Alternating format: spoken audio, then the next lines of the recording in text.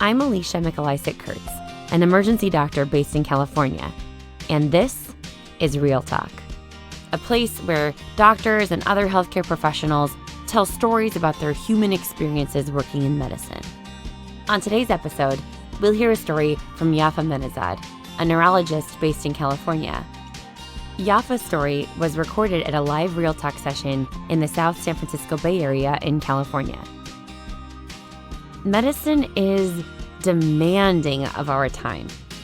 Whether it's medical school or residency, or even as an attending physician, it often pulls us away from places that we wish we were, on holidays or evenings or weekends. And we often find ourselves feeling guilty, like we're letting down the people that we love the most.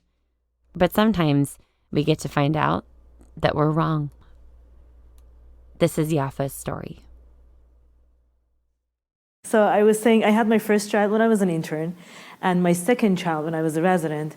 And one of the saddest days of my life, I still remember it to this day, that I was so panicky and so sad and so down, was the first day that I left my child and went to work. And the theme of the day for me was like, how am I going to do this? How am I going to choose between my job? I'm in the middle of residency. I can't let this go and raise my child and be there for her. And I remember throughout the course of the next few years or so, the theme in my head that always was like circling was I had to choose between my job and my kids. And I also had to, I wasn't present all the time. I wasn't there for my kids. And I remember I used to talk to my sister and my family and say, I'm worried that my kids are going to grow up not knowing that they had a mother. I felt like I wasn't there for them, felt very, very inadequate.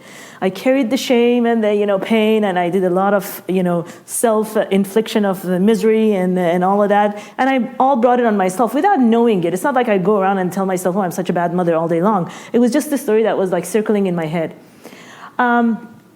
And this is my older one, she's 18 now.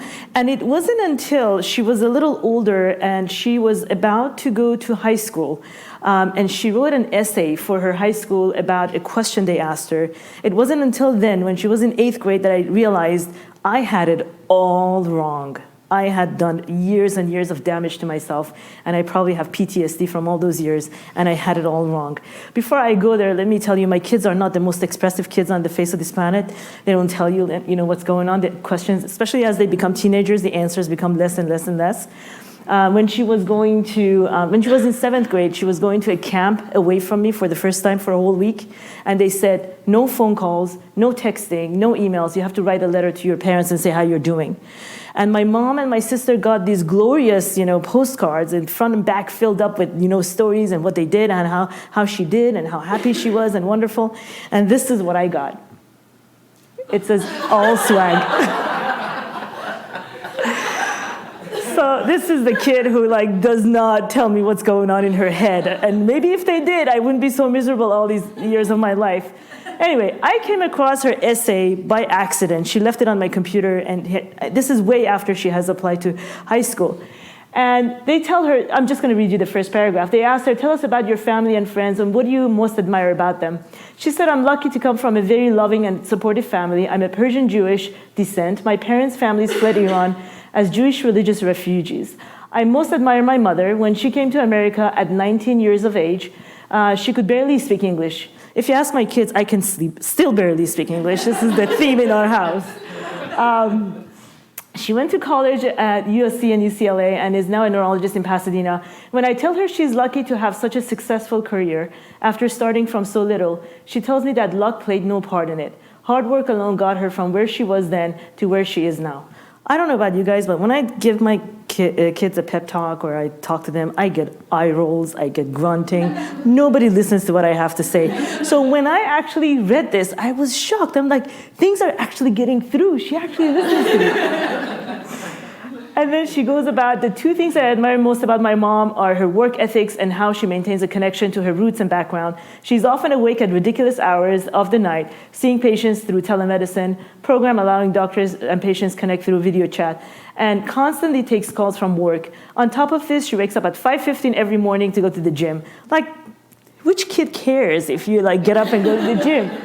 And then while managing her two daughters and busy schedule at work, however, my mom always maintains her bonds with her culture and background. She aims to keep the Jewish flame alive in my sister and me. Although we are in an environment where Judaism is not prevalent, my mom makes sure that my sister and I never forget where we come from. So none of these were ever in my head that mattered. And when I read this essay, I called my sister. I'm like, I cannot believe that everything that I've been kind of torturing myself and worrying about did not matter to them. Nobody complained that they came home and there was no warm dinner. No one complained that I wasn't there at every single, birthday party. No one complained that I wasn't there for every cultural event they had at school and all the, PTA meetings. I barely ever go to school and to their teachers' meetings. I never met most of them, during the year. No one complained about that. No one complained that I missed some of their birthdays because I was at work or, something was going on. But the thing that I never gave myself a credit, and this is the message that I want to get across, is that you don't realize the thing that you're doing for your kids is you're being their role model. My kids don't know any better than to get up and get dressed, go to work, show up, be responsible, be reliable, be on time, and all of that. All the other things that we care about is fluff. It doesn't matter how you keep a face or a kind of a picture that you're strong and you're wonderful and all that. No, it's actually good to be vulnerable. It's good to fail. It's good to teach them how you fail and how you get back on. You don't have to put up a show. You just have to be yourself and do your best. There is nothing else that you have to do, and you don't have to pretend to be something that you cannot do or show it as you're struggling. I actually think if you struggle and you're anxious and nervous and you try to do things that really doesn't matter to them, you leave a bad influence of them because they think that this is what they're supposed to do. My point is always, what I learned from this experience is that being kind and respectful to myself and giving myself credit for being a role model actually helps my kids to be more independent and on their own and be better people. These are my two daughters. That she got in the habit of making challah, which is a Jewish, holiday bread. I've never done that before in my life, so this is something that she picked up on her own, and it was kind of nice to see, they're heading that direction and they actually care about, religion and family. And I tell you, one of the things that was important, again, that I did not think that they appreciate or it mattered was that I think my kids have a sense of self-identity that actually gives them a lot of confidence of who they are and where they come from, and they also have tons of respect for other cultures, which is what makes them successful and confident people in life, I think. It doesn't end, when you make them super independent, you need to watch out, because as she was going to college 6 months ago, she sent me this list of rules that college process rules, things you're not allowed to ask. What does so-and-so have that you don't have? What are the chances that you're getting into such and such? These are questions I wasn't supposed to ask her while she's applying for college. Does such and such increase your chance of getting into such and such college? What about Lily? By the way, Lily got into Dartmouth and she did really well.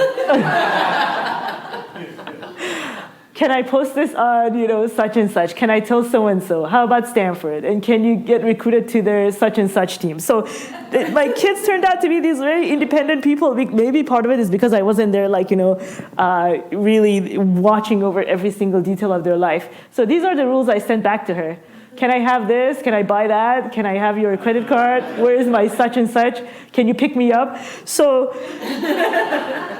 the point I'm trying to make is that, the things that we think as providers and as doctors, especially when we're pursuing our job, something that we love and we want to do, and I love my job, and that's actually one of the other things that my kids are learning. I absolutely fly to work every day and love what I do, the challenges, the good things, the bad things, the things in between. I really I'm lucky and fortunate enough to pick something that I get such a personal satisfaction out of. And I'm so glad that I had the opportunity to actually pursue what I wanted to do and not to sacrifice my whole entire self for something else. And that was the right thing to do, I believe, as a mom for raising my kids. And I hope when you guys walk out of here, I see a lot of young, especially mom. And by the way, this applies to dads too. It's not just for mothers, obviously. Is that you give yourself a lot of credit, you stand up with your head high up and, be a role model for your kids and stop worrying about things that don't matter. That's basically my message here today.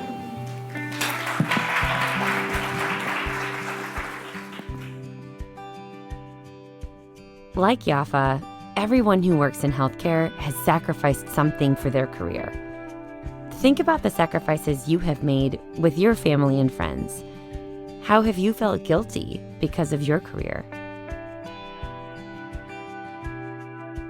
When was a time you felt affirmed by your family or friends for the person that you are and the career that you chose?